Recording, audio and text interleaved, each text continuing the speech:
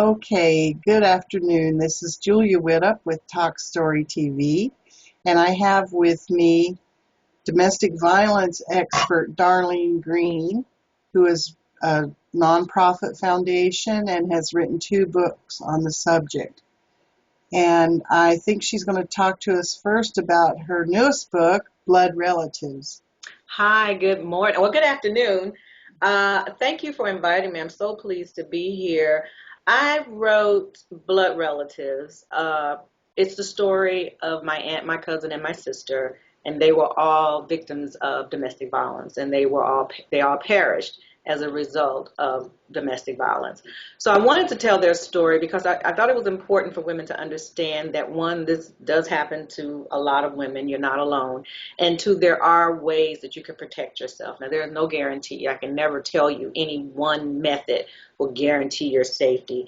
But I believe that a woman deserves a fighting chance if she's trying to save her life and change her life.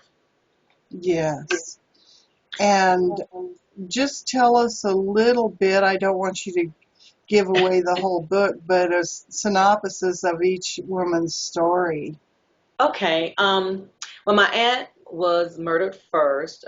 We are from Chicago originally. I'm from Chicago, Illinois. I live in Dallas now.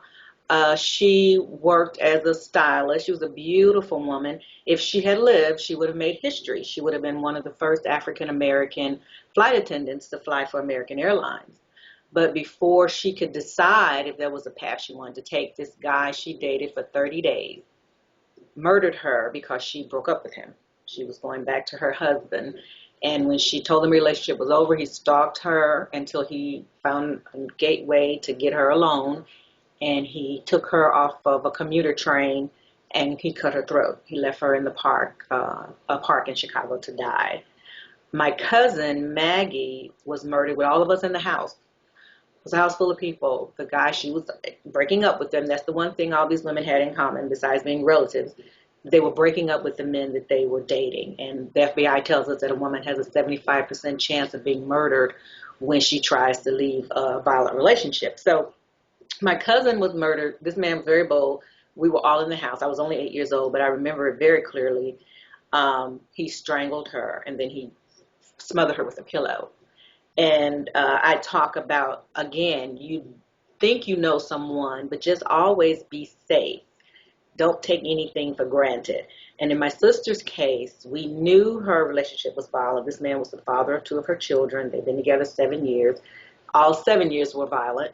When she finally decided to leave him, she didn't know how to leave him, if that makes sense.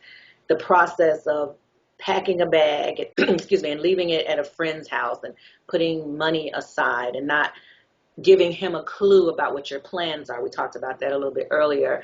Unfortunately, he, a trained observer, because he was law enforcement, knew that her behavior was different that day that she decided to leave him. So he came home early and searched the house, and he found the clothes that she had hidden, that she was planning to take with her when she left him. So he knew, of course, what that meant. And when she came home, very violent fight ensued. Of course, he beat her very brutally, and then he shot her.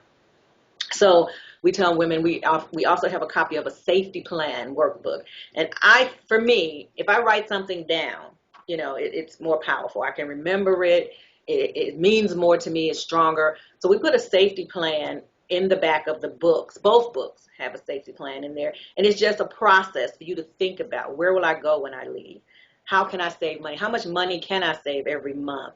Who can I trust to know that I'm leaving or I'm planning to leave? Where will I go when I leave? How will I get there? If I have to change jobs, how will I sustain myself? Can I afford an attorney? Do I know someone I can go to help me with it? These are things that women should think about because it's a very serious move. It's a very serious process. It's life-changing, and it's not easy. We say when a woman is in a violent relationship, she should leave. And absolutely she should. But sometimes it's not as simple as just walking away. I was in a violent marriage myself, and I know that it's not always as simple as saying I've had enough and I'm leaving. It takes very careful planning very often for her to get out and get out safely. She has to have a network of support. That's why we talk to families about their family members who are going through this because they're going to need help. They're going to need support. They can't do this thing alone. So we break down every process and make suggestions about how she can help herself out of this. Sorry. No problem. And safely. Yes, good. And the third member of your family who died?